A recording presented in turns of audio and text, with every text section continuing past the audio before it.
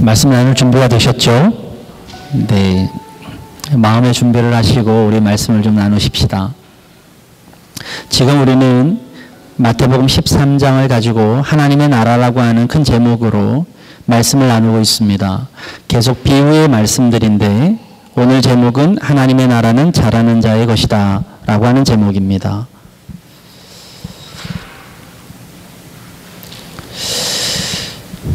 어느 날 저녁에 예수님께 니고데모라고 하는 사람이 찾아왔습니다. 여러분들이 잘 아시다시피 니고데모는 명성과 학식이 풍부한 사람이었습니다. 그에게 니고데모가 찾아온 목적은 예수님의 말씀이 무학의 통찰이 있는 것 같았다는 거예요. 어디서 배운 것 같지도 않은 예수님께서 놀라운 말씀을 선포하고 놀라운 기적들을 베푸시는 것이 그는 마냥 신기했을 것입니다. 아마도 제가 유축컨대 공부를 하는 사람들은 다 그 지식의 호기심이 있어서 지적 호기심이 있어서 누군가가 통찰의 능력이 있으면 그를 만나고 싶어하는 그런 마음이 있어요. 아마 니고데모에게도 그 마음이 있었던 것 같습니다. 게다가 예수님은 좀 특별했거든요. 그래서 니고데모는 다른 사람들이 다 있는 낮에 찾아오기보다는 밤에 찾아왔습니다. 그리고 그에게 말했습니다. 예수님의 놀라운 말씀과 그 능력들과 그 기적들을 보면서 칭송하였습니다. 아마도 니고데모는 다른 말이 아니고 예수님이 이 무학의 통찰이 어디서부터 나왔는지를 알고 싶었을지도 모릅니다. 늘 지적 호기심이 있는 사람들은 나보다 더 많이 아는 것을 갖고 있는 사람들을 만나서 그의 이 학문적인 소스가 어딘지를 알고 싶어 하거든요. 니고데모는 다른 것을 묻지 않았습니다. 그냥 예수님의 능력을 칭송하였습니다. 근데 뜻밖의 니고데모의 질문도 있기 전에 예수님께서 니고데모에게 대놓고 다른 말 하지 않고 첫 마디에 거듭나지 아니하면 하나님 나라를 볼 수 없다고 말씀하셨습니다. 니고데모가 묻지도 않았습니다. 니고데모가 뭘 이야기하지도 않았습니다. 그러나 예수님의 첫 마디는 거듭나야 한다라고 하는 것이었습니다.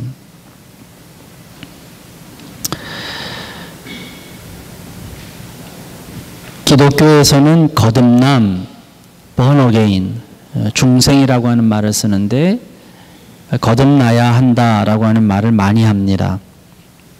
그럼 과연 거듭난다는 것이 무엇일까요? 니고데모도 그 거듭난다는 말을 이해를 하지 못했습니다. 그리고 그것에 대해서 마치 엄마의 뱃속에 들어갔다가 다시 태어나는 것이냐고 물었습니다. 아마도 니고데모는 그 거듭남의 비밀을 알지 못했던 것 같습니다. 그런데 니고데모와 마찬가지로 우리도 그리스도인이지만 이 거듭남의 비밀을 잘 알지 못합니다. 아마 오늘 여러분들은 목장 모임을 하면서 아마 거듭남이 무엇이냐고 묻는 질문들에 답해야 할 것입니다. 근데 여러분들이 과연 거듭남이 무엇인지, 중생한다는 이야기가 무엇인지 여러분들은 알고 계십니까? 저는 이 말씀을 잘 설명할 수는 없습니다. 그러나 오늘 저는 채원이를 품에 안고 기도를 하는데 그런 생각이 들었어요. 내 마음이 짠해요. 정이 들은 거죠. 저는 일주일에 한 번 보았습니다. 그리고 한 2달 정도를 같이 매주마다 보았습니다.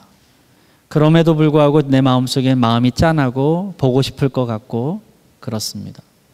지난주인가요? 소율이도 갔잖아요. 다 보고 싶을 것 같아요. 그런데 가만히 생각해 보니까 나는 제3자입니다. 할아버지들은 어떠실까 이런 생각이 갑자기 들었어요. 저는 압니다. 아이가 예쁘다는 걸 알고 이 아이가 채원이라는 것도 알고 이 아이가 참 내 마음속에 특별한 아이라는 걸 압니다. 그러나 제가 할아버지 같지는 않을 것 같아요. 왜냐하면 제 손녀딸이 아니기 때문이죠. 아마도 제가 이렇게 계속 경험을 하면서 백날을 같이 있어도 아마 제가 딸을 낳거나 손녀를 낳으면 또 이렇게 고백할 것 같아요. 이거였구나. 제 마음속에는 충분한 사랑이 있다고 생각을 하지만 진짜 제 안에 손녀딸이 낳아지면 그때의 할아버지의 마음을 이해할 수 있을 거예요. 아는 것과 변화된다고 하는 것은 완전히 다른 것입니다. 바울 선생님은 에베소서를 통해서 옛사람을 벗어버리고 새사람을 입으라고 우리에게 이야기했습니다. 이 거듭남의 이야기입니다. 새사람을 입는다는 것이 과연 무엇일까요? 옛사람을 버린다는 것이 과연 무엇일까요? 다시 한번 말씀드리지만 하나님의 오묘한 진리의 말씀을 제가 갖고 있는 지식으로 여러분에게 설명할 수는 없습니다. 다만 우리에게는 흐르고 있는 전통들이 있습니다. 인간이라고 하는 것에는 흐르고 있는 얼이 있습니다. 우리는 얼이라고 얘기하죠. 다른 말로 말하면 혼이라고도 이야기합니다. 민족 혼, 한국 사람의 혼, 좀 더 넓히면 사람의 혼이 있습니다. 그런데 이 혼 안에 있는 사람이 아무리 옳아도, 아무리 좋아도, 아무리 도덕적이어도 그 사람의 혼을 벗어날 수는 없는 것입니다. 바울 선생님이 이야기하기를 사람에게는 의의가 없다라고 얘기했습니다. 의의는 없나니 한 사람도 없고 하나님을 찾는 사람도 없고 그 말씀을 깨닫는 사람도 없다고 이야기하였습니다. 우리가 사람의 혼 안에 그 범위 안에 있는 한 우리가 아무리 옳아도 아무리 도덕적이어도 그 사람의 범주를 벗어날 수가 없습니다. 이런 예가 적절한지 모르겠습니다만 여러분 조폭 영화를 본 적이 있으십니까? 가끔 조폭 영화를 보면 조폭들이 쫙 나와요. 근데 그 조폭들 가운데에는 아주 험상궂고 잔인한 조폭이 있는가 하면 마음이 착한 조폭이 있어요. 꼭 뭔가가 있으면 누구를 도와줘갖고 대신 지가 맞고 피투성이가 되고 그러면 또 그 사람을 도움을 받았던 사람이 찾아와갖고 너가 왜 나를 위해서 이랬어 뭐 이러고 그러면 마지막에 걔를 쳐다보면서 나는 너를 사랑하니까 뭐 이러다가 죽고 뭐 이런 조폭 영화를 우리가 보게 됩니다. 그러면 우리는 눈물을 흘립니다. 야, 이 사람 착하구나. 그래도 그는 조폭입니다. 그가 아무리 착해도 그가 아무리 다른 사람을 위해서 목숨을 바쳐도 대신 맞아도 그는 조폭입니다. 그 범주에서 그는 벗어날 수가 없습니다. 우리도 마찬가지입니다. 아무리 우리 속에 인간의 의의가 있어도 그거는 그냥 인간의 한계일 뿐이라는 것입니다. 그래서 인간이 갖고 있는 생각으로 인간이 갖고 있는 경험으로는 하나님의 말씀을 이해할 수도 하나님의 말씀을 들을 수도 볼 수도 없는 것입니다. 그래서 하나님께서 우리에게 거듭나라고 얘기하시는 것입니다. 에덴 동산에서 하나님께서 천지를 만드시고 사람을 만드셨을 때 사람에게는 하나님의 영을 주셨습니다. 그 영이 곧 하나님과의 통로였습니다. 그 영을 잃어버리면 우리는 하나님을 이해할 수가 없게 되는 것입니다.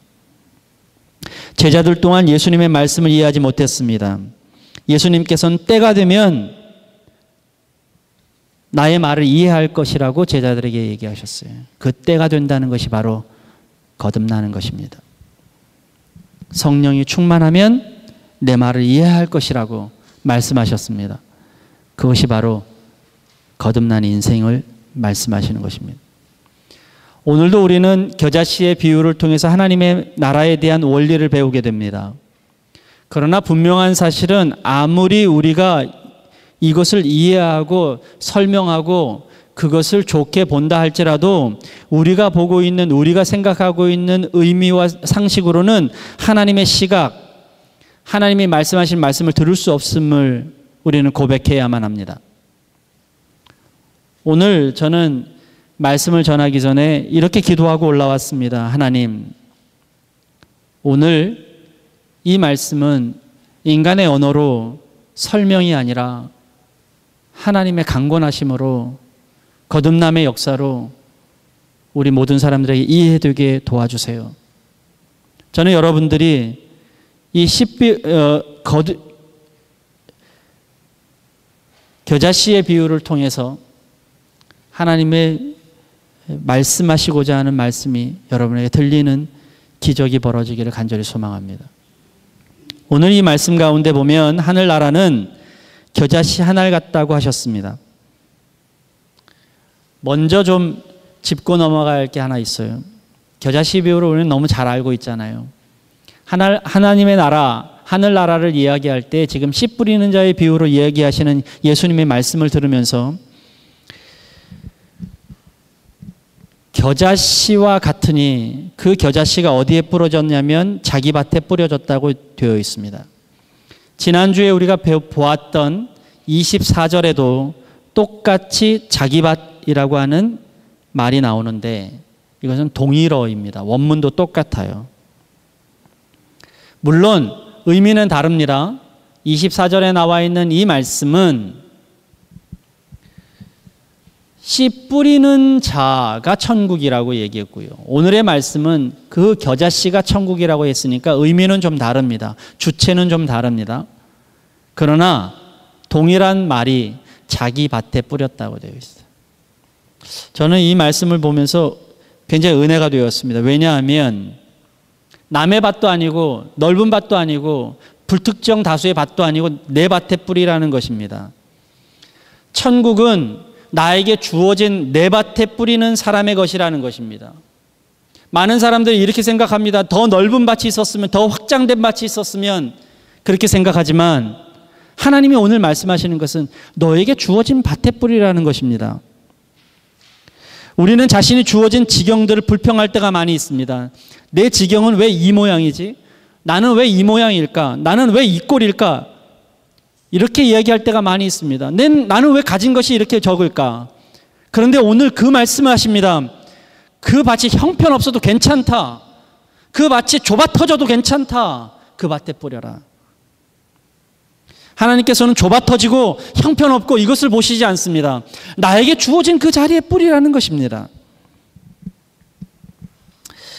어떤 사람들은 멍석을 깔아줘야 일하는 사람들이 있습니다. 어떤 일을 하려고 보면 이렇게 일하는 사람들이 있어요. 뭔가 다 갖추어져야 일하는 사람이 있어요. 공부를 잘 못하는 사람이 보통 그렇습니다. 공부를 하라 그러면 내 방이 있어야 된다 그러고 내 책상이 있어야 된다 그러고 또 깨끗해야 된다 그러고 뭔가 이런 것들 찾습니다. 그래서 뭔가를 다 갖추어져야 내가 그것을 할 수 있다고 생각합니다. 공부 잘 못하는 사람들이죠. 어떤 사람들이 일을 하라고 그러면 그럽니다. 오늘은 내 기분이 별로야. 내 가진 게 별로 없어. 준비된 게 없어. 도와주는 사람이 별로 없어. 그리고 일하지 않습니다. 오늘 하나님의 음성을 여러분 들으십시오. 그런 거와 상관없이 하나님의 나라는 제 밭에 뿌리는 겨자씨와 같다고 그랬습니다. 형편없어도 괜찮습니다. 오늘 뿌리라는 것입니다. 내가 갖추어진 것이 아무것도 없어도 괜찮습니다. 거기에 뿌리라는 것입니다. 하나님께서 지금 역사하시는 것은 너의 밭이 좋고 너의 밭이 대단하고 넓고 풍성할 가능성이 있고 그것 때문에 하나님께서 역사하시는 것이 아니라 뿌리는 것에 역사하신다는 것입니다. 그러니까 내 자신을 낮춰보지 마세요. 나는 형편없어 이렇게 보지 마세요. 형편없는 그곳에 뿌려진 겨자씨가 하나님의 놀라운 일들을 하게 되어 있습니다. 그것이 전제라고 하면 저는 오늘 두 가지를 이야기하면서 이 말씀 마치려고 합니다. 첫 번째 관점은 자란다고 하는 것입니다. 겨자씨라고 하는 것은 땅에 떨어지면 자라나게 되어 있습니다. 제가 지난 수요일에도 말씀드렸다시피 다림 학부모 모임을 했더니 한 분이 이런 얘기를 하시더라고요. 다림을 보면서 자기가 작은 것이 조금씩 커져나가는 그 기쁨을 누린다. 보게 된다. 이런 얘기를 하시더라고요. 그러면서 우리 다림이 아무것도 아닌데도 그 학부모는 우리들보다 더 마음속에 깊은 마음으로 뭔가 가능성이 있겠구나 되겠구나 이런 마음들을 갖는 거예요. 제가 말씀드렸습니까? 혜영 자매가 저에게 복지관의 관장님을 만나야 되겠다고. 1년 전에 혜영자매가 복지관 관장님을 만났어요. 저는 한 번도 만난 적이 없어요.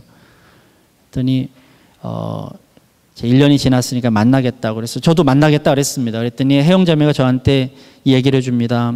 만나면 관장님이 놀라실 거예요. 왜요? 1년 전에 만났을 때 관장님이 우리들을 쳐다보는 눈이 얼마나 갈까? 6개월이나 갈까? 이런 눈이었다는 거예요.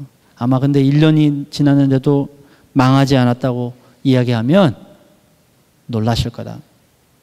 제가 웃었습니다. 놀라실지도 모르겠다고 웃었지만 사실은 어찌 그 복지관 관장님만 그랬겠습니까? 저도 그랬고 우리 모두도 그랬습니다. 지금 우리가 놀라는 것은 다른 게 아닙니다. 다림이 어떤 위대한 일을 해서가 아닙니다. 다림에 속해 있는 사람들이 놀라운 일들, 역사들을 이루어서가 아닙니다. 자라나고 있다는 것이 무서운 것입니다. 1년 전보다 달라졌다는 게 무서운 것입니다. 그것을 볼 줄을 아는 사람이라면 희망이 있는 것입니다. 자라남을 볼 줄 모르는 사람들은 늘 결과에만 매달립니다. 1년 전보다 1년 후에 자라난 것을 보지 못하는 사람들은 늘 불평합니다. 그에게는 희망이 없습니다. 그러나 자라난 것을 보는 사람이라면 가능성을 봅니다. 2개월 동안에 채원이가 얼마나 자라났는지 몰라요. 지금 채원이를 보면서 채원이가 엄마만큼 예뻐지지 않을 거라고 생각하는 사람 없을 거예요. 그러나 여러분 지금 현실을 딱 보세요. 제가 언제 자라날까 생각하면 희망이 없어요. 자라나는 사람이 가장 무섭습니다. 얼마나 자라날지 모르기 때문에 무섭습니다. 어른들보다 청소년들이 훨씬 무섭습니다. 어디로 튈지 몰라서 무섭기도 하지만 이 아이들이 얼만큼 자랄까를 기대하면 정말 무섭습니다. 우리는 하루하루 자라나게 됩니다. 젊었건 늙었건 우리는 자라납니다.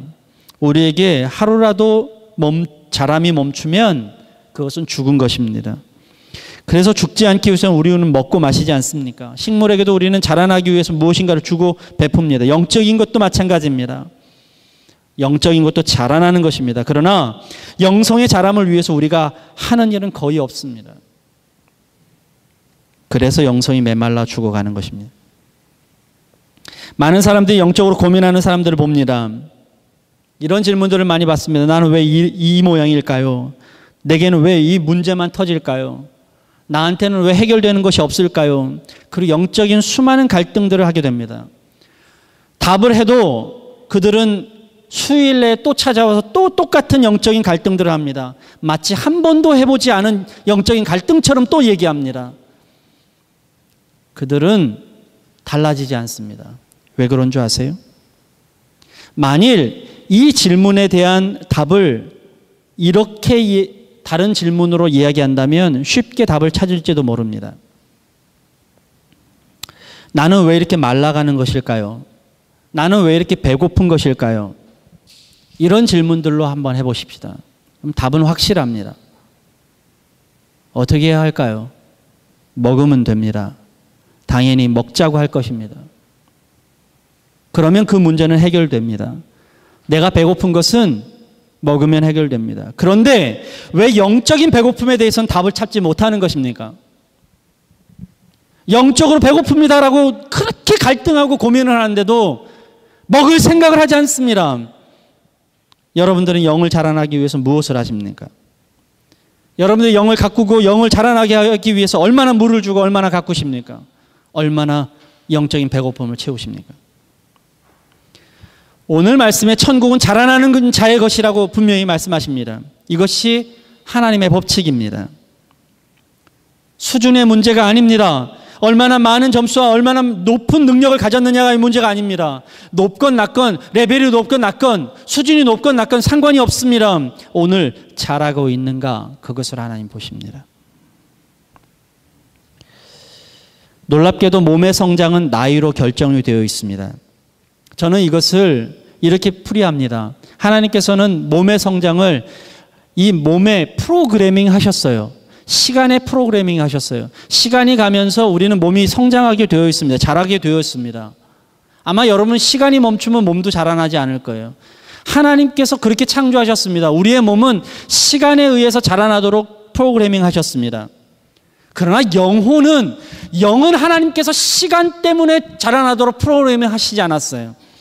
영혼에는 하나님께서 자유함을 주셨습니다. 그것이 하나님께서 영적인 복입니다. 그래서 우리에게는 영성이 시간과 관계없이 자라납니다. 급성장하기도 하고 그리고 급하락하기도 합니다. 창세기 1장 28절에 보면 생육하고 번성하여 땅에 충만하라고 말씀하셨습니다. 그것은 몸으로 생육하라는 이야기도 되지만 영적인 가치에 그것을 두면 이제 너희들은 영적으로 생육하고 영적으로 번영하고 영적으로 충만하라고 이야기하시는 것입니다. 영적인 성장은 시간으로 프로그래밍 된 것이 아니라 우리 속에 있는 하나님에 대한 믿음으로 프로그래밍 된 것입니다. 영적인 성장은 하나님만 바라볼 때 이루어지는 것입니다. 하나님과 동행하는 것입니다. 지난 토요일에 저는 말씀 묵상을 하는데 로마서 8장 28절의 말씀을 묵상했습니다. 이 말씀을 모든 사람들이 좋아합니다. 그리고 외우는 사람도 많을 거예요. 협력하여 선을 이룬다는 말에 우리는 희망을 갖습니다. 그런데 저는 이렇게 묵상했어요. 그런데 합력하여 선을 이룬다는 말, 그래서 좋은 것이 우리의 인생에 이루어진다는 말은 사람들이 너무나 좋아하지만 그 앞에 있는 말, 하나님을 사랑하는 자, 하나님의 부르심에 응답하는 자에게서 합력이 이루어지고 선이 이루어진다는 말은 우리는 관심을 가지려고 하지 않습니다.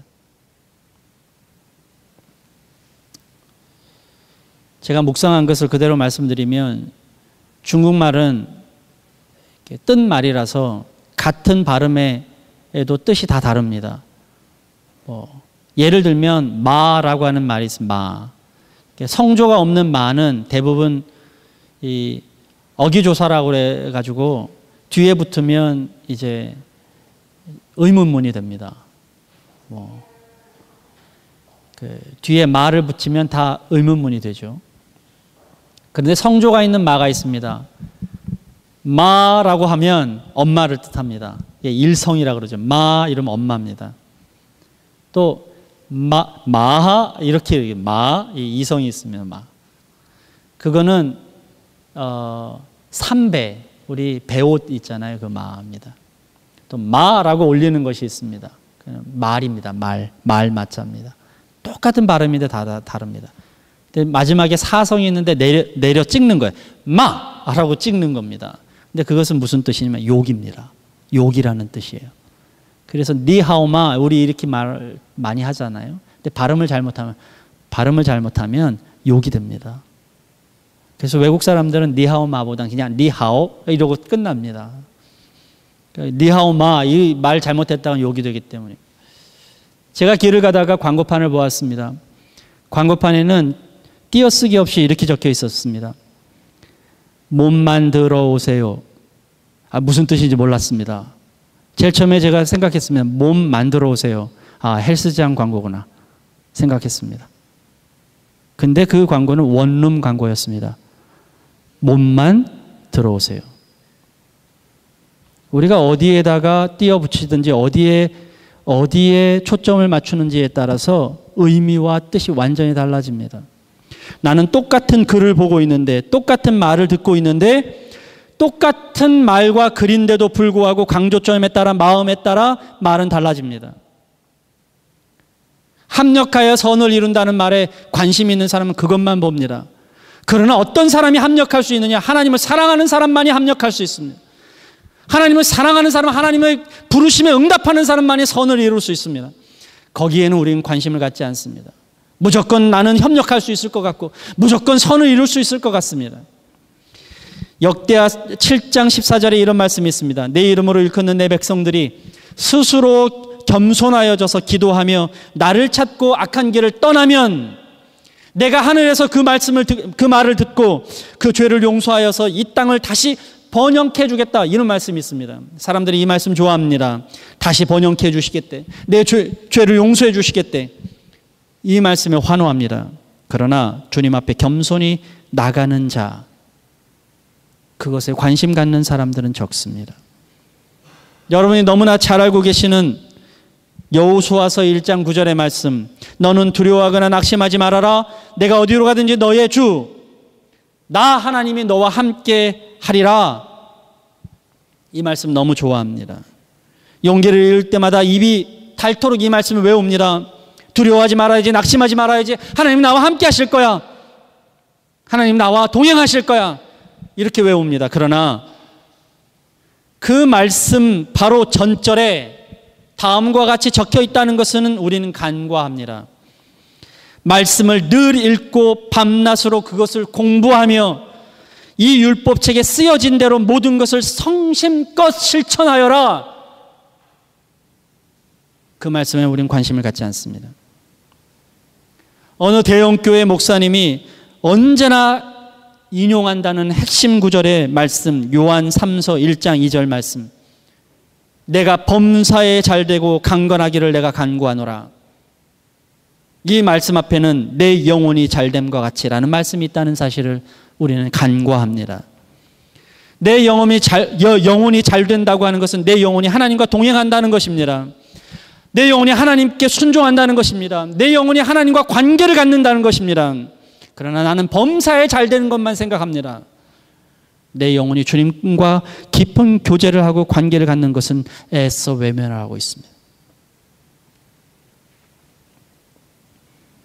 하나님을 사랑하는 자만 협력할 수 있습니다. 하나님의 부르심에 응답하는 자만 서로 도울 수 있습니다. 그러지 않는 도움은 오래가지 않습니다. 그 협력이 빛나는 것입니다. 그 기초가 없으면 서로의 도움과 협력은 그저 이기심에서 나오는 도움일 뿐입니다. 하나님을 사랑하는 자만이 선을 이루는 거예요. 나의 능력이나 뜻이 아니라 하나님에게서 기초가 나옵니다. 그러니까 겨자씨의 자람이 하나님에게서 나오는 거예요. 저는 지난주에 미라자매하고 어떤 프로젝트 하나를 준비를 하면서 만났습니다. 미라자매가 다림에서 하는 일들이 있고 또 앞으로도 할 일들이 있어서 몇 가지를 부탁하고 이야기를 나눴습니다. 근데 너무 좋은 이야기를 다 많이 했는데 좋은 얘기 가운데 제가 상처받은 얘기가 하나 있어요. 열심히 이야기를 하고 있는데 우리 미라자매가 저한테 이렇게 얘기를 하더라고요. 제가 이런 얘기를 할 수 있는 관계이기 때문에 얘기를 하는 겁니다. 오해 없이 들어주세요. 미라자매가 저한테, 목사님 제가 생각해 봤는데요, 가만히 목사님을 보니까 목사님이 뭔가 열의를 가지고 일을 하시면 그 일이 잘 안 됩니다. 제가 더 가슴이 막혔어요. 더 가관은 그 다음 말입니다. 지금 이 일에 목사님이 열의를 가지시는 거 보니까 제가 불안해요. 제가 상처받았어요.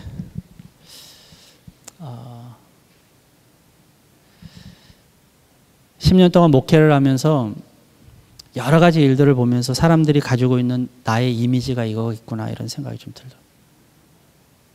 마음이 많이 아팠어요. 그 다음날 토요일에 아침에 묵상을 하는데 이 말이 머리에서 떠나질 않아요. 제 하나님 앞에 그랬구나, 내가 막 열의를 가져오고 있었던 일들이, 그리고 그것이 잘 되지 않으면 또 그것에 실망하고 낙담했던 나의 모습이 있구나. 그리고선 그날 아침에 기도하면서 미라자매가 해줬던 말이 나한테 상처가 아니라 축복이었구나 라고 하는 생각을 하게 됐어요. 왜냐하면 목사님의 열의로 일이 되는 게 아니라 목사님은 그저 하나님과 깊은 사랑만 하세요, 이 말이구나. 그렇습니다. 그것이 자라나는 것입니다. 우리가 일을 잘한다고 자라나지 않습니다. 여러분들이 뭔가 성과를 낸다고 우리의 영이 자라나는 게 아닙니다. 자라나는 것은 오직 하나님을 사랑하는 것입니다. 그 일만 하는 것입니다. 부르심에 순종하는 것입니다. 성경상의 믿음의 사람들은 자신의 처지나 환경들을 고민하지 않았습니다. 그저 하나님의 말씀을 따랐습니다. 왜냐하면 하나님만 보고 가는 사람들이었기 때문입니다. 그것이 바로 성장을 가져오는 것입니다. 나보다 크신 하나님 앞에 나를 맡기는 것이 성장입니다. 겨자씨가 씨라서 다 잘 자라는 것이 아닙니다. 겨자씨를 뿌리고 이제 자연의 환경에 맡겨놓습니다. 그분의 손에 맡기기로 작정했습니다. 그랬더니 성장하는 것입니다. 내가 염려한다고 키를 한 자라도 자라나게 하는 것이 아닙니다. 하나님께 맡겨놓는 것입니다. 그래야 나는 성장하는 것입니다. 우리의 영이 바로 그렇게 자라는 것입니다. 아마도 옛사람의 생각으로는 도저히 이 말씀이 이해가 되지 않을 것입니다. 어떻게 맡겨놓고 성장이 돼? 어떻게 내가 아무 일도 하지 않고 그 성장이 될 수 있단 말이야? 저는 여러분에게 아무 일도 하지 말라고 얘기하지 않았습니다. 하나님 사랑하라고 얘기한 것입니다.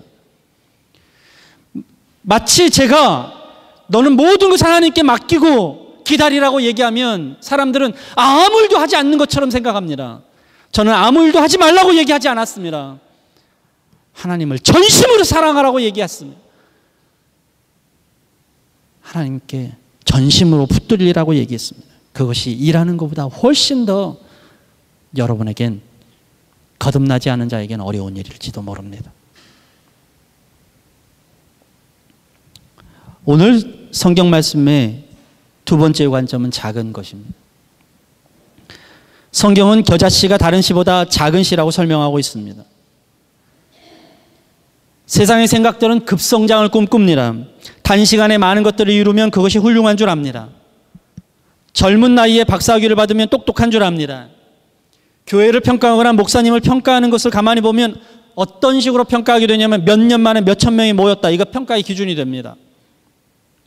그거에 비하면 저는 참 한숨만 나옵니다. 10년이 지났는데도 왜 이 모양이지? 아마도 사람들은 목사님이 만나면 어느 교회야 물어보고 그 다음에 몇 명이나 모여 이렇게 물어보지 않어요. 몇 년 만에 모여. 사람들은 일확천금을 꿈꿉니다.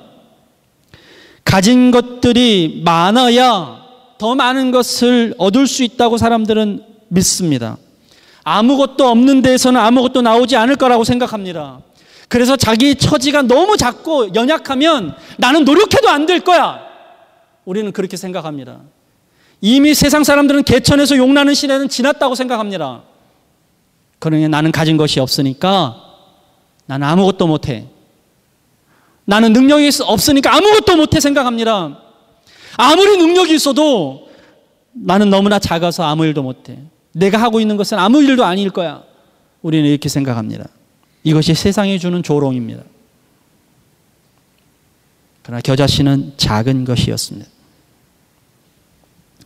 하나님의 나라의 법칙에는 인스턴트가 없습니다. 하나님 나라의 원리에는 본래 훌륭한 것도 본래 큰 것도 없습니다. 언제나 작은 것에서 출발하였습니다. 우리의 인생이 0살에서부터 시작하듯이 모든 일은 하나에서부터 시작합니다. 하나님의 나라의 원리는 하나의 힘에서부터 시작합니다. 한 사람이 인류의 원죄를 가져왔던 것처럼 한 사람의 생명으로 말미암아 인류가 구원받기도 합니다. 한 사람 때문에 600만이 넘는 유대인들이 참혹한 고난을 당하기도 하지만 한 사람 때문에 영국이나 미국이나 어떤 곳이 영적인 부흥이 일어나서 완전히 영적으로 뒤바꾸기도 합니다. 한 사람 때문입니다.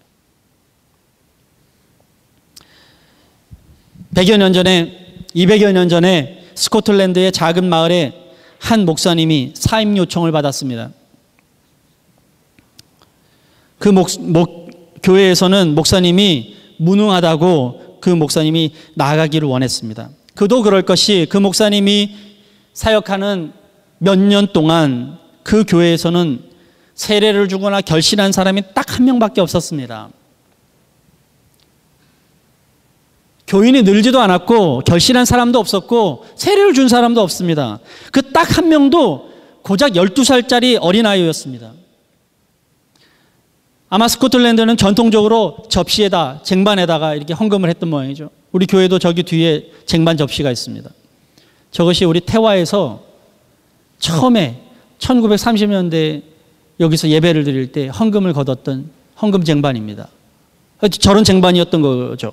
이 쟁반에 헌금을 이렇게 걷는데 쟁반에 다 헌금을 걷고 요 앞에다 쟁반을 왔는데 이 12살짜리가 쫄쫄하니 오더니 그 쟁반 위에 자기가 섰어요. 자기는 드릴 돈이 없는데 나를 드리겠습니다.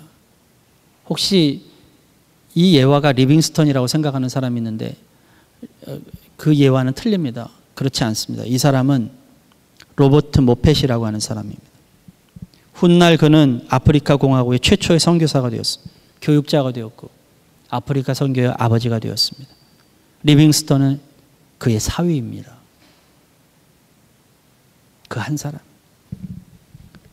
설교 딱 하나가 그 교회 몇 년 동안 딱 한 사람이 아프리카를 뒤집었습니다. 내 눈에는 아무것도 아닌 것 같지만 하나님 눈에는 크게 보입니다. 나는 미련하고 어리석은 것 같지만 하나님 눈에는 내가 크게 보이십니다. 나는 겨자씨만큼 존재감이 없어 보이지만 하나님 눈에는 진짜 큰 존재감으로 우리가 보입니다. 그것을 바라보는 믿음이 우리에게 필요합니다. 언젠가는 우리는 나를 통해서 그 나무에 새들이 깃들 것이고 쉴 나그네들이 모여들 것입니다. 내 눈에는 그것들이 먼 훗날처럼 보이지만 하나님 눈에는 그것이 오늘 벌어지는 것처럼 보이실 것입니다. 그런 믿음의 눈으로 여러분들을 보십시오. 겨자씨에서 나무를 보는 눈을 가져야만 합니다. 겨자씨에서 새들이 깃드는 꿈을 꾸어야만 합니다. 이 작은 교회에서, 이 작은 사람에게서, 이 작은 나에게서 하나님이 하실 놀라운 일들을 꿈꾸는 것이 바로 믿음입니다. 그것이 천국 백성들의 특권이고 자산입니다. 이제 마칠게요. 여러분들 눈이 언제 마치나 하는 눈이어서. 저에겐 꿈이 있습니다. 뭐 그 꿈,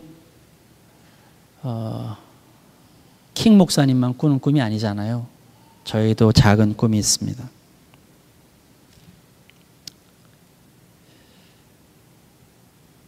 이 지역에서 가장 작은 교회, 아름다운 주님의 교회가 하나님 앞에 얼마나 큰 일을 하게 될지 꿈을 꿉니다.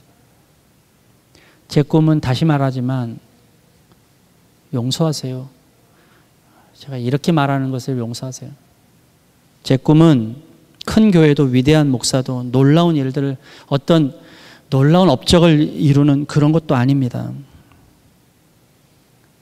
저는 누군가에 의해서 이런 소리, 내가 그 교회 이름도 모르고 그 교회 교인들도 모르는데 나는 어떤 그 교회를 때문에 내가 변했어. 간판도 없는 교회인데 그 교회 때문에 이 지역이 변했어. 먼 훗날 이런 소리를 나도 아닌 내 후배들이 듣는 것이 저의 꿈입니다. 이 작은 교회에서 아무것도 할 일 없어 보이는 사람들이 작은 헌신 때문에 그것 때문에 내가 변했다, 그것 때문에 내가 살았다 라고 고백하는 사람들이 곳곳에서 나오는 그것이 제 꿈입니다. 작은 십자가가 얼마나 놀라운 일을 했는지를 2012년, 2030년에 한국 땅에서 이루어지게 하는 것이 제 꿈입니다. 작은 데서 큰 것을 보는 사람은 이 꿈을 멈추지 않습니다. 작은 데서 꿈을 보는 사람들은 결코 불평하지 않습니다. 그것이 겨자씨의 믿음입니다. 여러분 스스로를 불평하지 마세요. 여러분의 자리를 불평하지 마세요. 여러분의 밭을 불평하지 마세요. 여러분의 교회를 불평하지 말고 여러분의 사역을 불평하지 마세요.